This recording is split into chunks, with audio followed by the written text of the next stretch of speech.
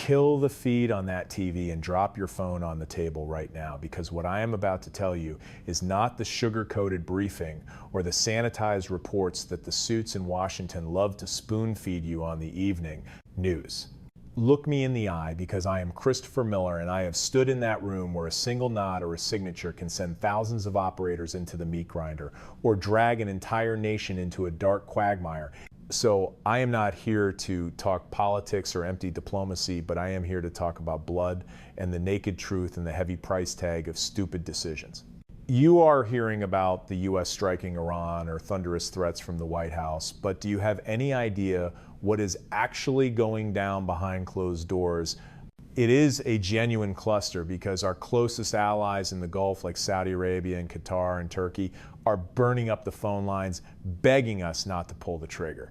Imagine a situation so ludicrous where nations that usually beg for our protection are now terrified of our actions more than the enemy, because they know the smell of cordite better than anyone, and they know that if a U.S. missile leaves the rail, the price won't be paid in American tax dollars alone, but in the fragile stability of their entire neighborhood. Take a hard look at the battle map and analyze the sitrep with the cold eyes of a tier 1 operator and not some congressman looking for votes, because the reality is that Saudi Arabia, along with Qatar and Turkey, are in a state of absolute panic at the prospect of a major kinetic conflict erupting on their front porch. The warnings of chaos from these long-standing allies appear to have forced the president's hand at the 11th hour to keep his finger off the launch button last Wednesday. But the kicker here is that their reluctance and fear are so intense that Saudi Arabia flat out refused to let the U.S. use their airspace to mount any attacks. Do you understand what that means in military terms? It means we are being handcuffed by our own friends because they do not trust our strategy, or rather our total lack of one. The Saudi foreign minister, Prince Faisal bin Farhan, has been working the phones non-stop with counterparts from Iran to Oman and Turkey, a frantic lobbying campaign just to stop a catastrophe that Washington might accidentally or intentionally ignite. This isn't about who has the bigger stick or more carrier strike groups anymore. It is about who has to sweep up the glass when the smoke clears, and clearly the Gulf states have zero interest in becoming the collateral damage of a forever war. We need to talk about the adversary, Iran, fairly and without the usual blinders, because if you underestimate the enemy, you will die on the battlefield. And the fact is, Iran is playing a high-level diplomatic chess game while we are still fumbling with rigid military threats. Iran remains politically distinct from the Gulf states, partly because they continue to support their network of regional proxies known as the Axis of Resistance, and their refusal to back a two-state solution for Palestine, as well as disputes over 3 islands claimed by the UAE. However, do not let those disagreements fool you, because the Iranian Foreign Minister Abbas Araghchi has executed a series of shuttle diplomacy missions to Arab capitals that are said to have significantly improved relations. He is not just shaking hands for the cameras, he is smart enough to be photographed sampling local cuisine in the capitals. He visits a highly symbolic move in Middle Eastern culture that signals respect and a desire to integrate. Last year, he visited Bahrain, becoming the first Iranian minister to do so since 2010, and he visited Cairo 4 times in a single year in an effort to patch up relations that have been severed since 2016.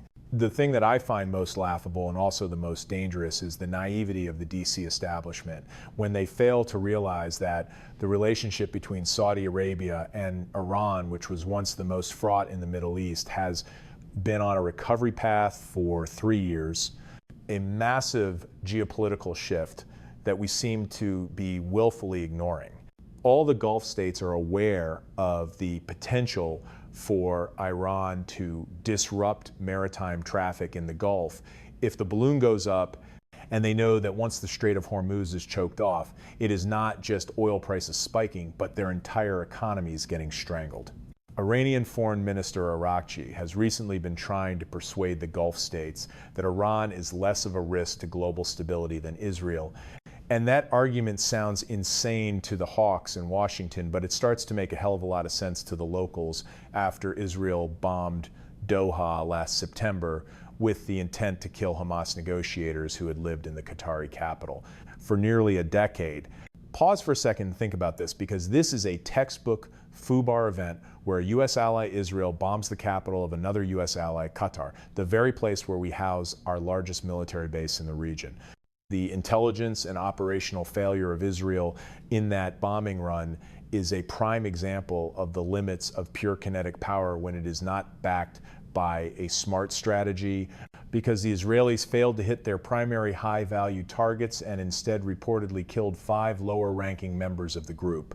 What is even more embarrassing is that the U.S. was not informed in advance of these strikes and had to go hat in hand to apologize directly to the Emir of Qatar while offering new security guarantees designed to protect Qatar from further attacks by Israel. Do you see the ridiculous loop where we have to protect one ally from the airstrikes of another ally?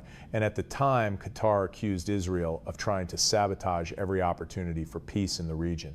The U.S. Special Envoy Steve Witkoff supports the Qatari state's self-appointed role as a global mediator, but that support means nothing when bombs are dropping and trust is eroding. The Al Udeid Air Base, which is our largest footprint in the region, is right there in Qatar. And when tensions spiked on Wednesday, we had to pull key personnel out of there, a tactical withdrawal that screams strategic vulnerability. This withdrawal happened after Tehran's open threats to hit U.S. bases in the region if they were attacked.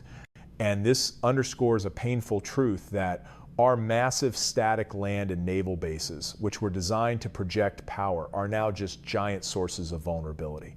We built these massive fortresses in the desert, but in the age of precision missiles and drones, they are nothing more than giant target indicators. And Iran knows this, which is why they persistently claim that the U.S. ordered Israel to end its 12-day assault in the summer on Iran's leadership and nuclear program after Iran struck a U.S. base. Araghchi has also managed to exploit the political capital he invested in diplomatic outreach by ringing Arab leaders to explain Tehran's rationale for the crackdown, a smart move to control the narrative and gain understanding from neighbors.